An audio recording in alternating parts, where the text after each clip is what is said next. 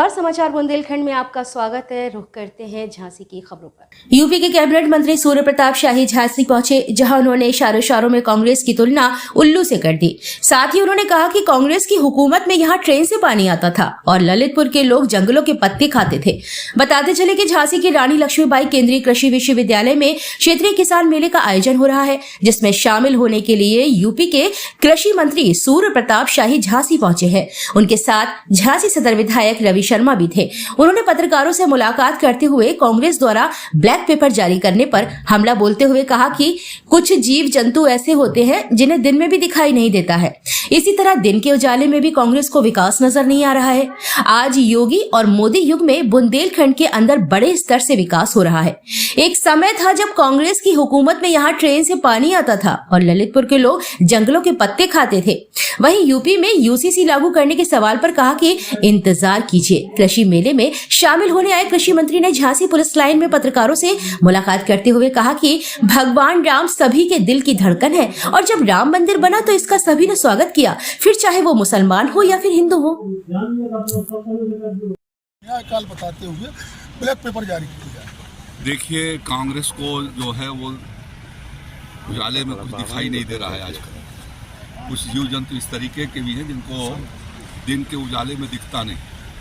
आज यही बुंदेलखंड जहाँ पर आज मैं आया हूँ झांसी के को देश के कोने कोने से कितनी अच्छी तरह से जुड़ गया है।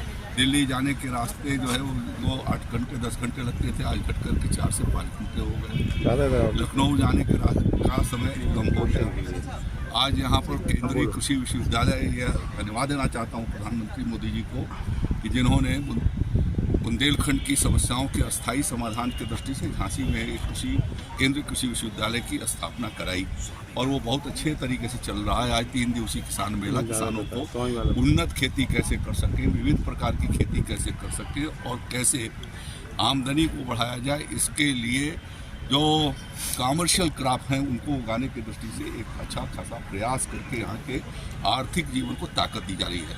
योगी आदित्यनाथ जी की सरकार ने देश का सबसे बड़ा और उत्तर प्रदेश का नोएडा, ग्रेटर नोएडा से भी बड़ा यहाँ पर डेवलपमेंट अथॉरिटी बुंदेलखंड झांसी के भीतर उन्होंने तय किया है बीड़ा का, और वो 36,000 एकड़ से भी ज़्यादा ज़मीन के भीतर होगी। तो आप सोच सकते हैं कि आगे आने वाले 5 साल के बाद यह हमारा झांसी और बुंदेलखंड कितना तेज़ी से आगे बढ़ने जा रहा है। एक वो समय था जब कांग्रेस की हुकूमत थी तो यहाँ ट्रेन से जो है वो पीने का पानी आ रहा था। लोग जंगलों के, ललितपुर के लोग जंगलों में पत्ते खा रहे थे, जीवन यापन करना कठिन था। आज उसे बदल करके और पिछले 5 सालों से 6 सालों से मोदी जी की सरकार ने निरंतर जो है लोगों को निःशुल्क खाद्यान्न दे करके लोगों के जीवन की रक्षा किया है, उनका पोषण किया है। अगले 5 साल तक उस कार्यक्रम को चला किसानों के लिए, नौजवानों के लिए, महिलाओं के लिए और गाँव के लिए जितना बड़ा काम इस 10 वर्षों के भीतर हुआ है वो सारे लोगों को अंधेरे में भी दिखाई देता है। सर उत्तराखंड, लेकिन उन्हें दिन के उजाले में नहीं दिखाई देता, तो हम लोग क्या कर सकते हैं। सर उत्तराखंड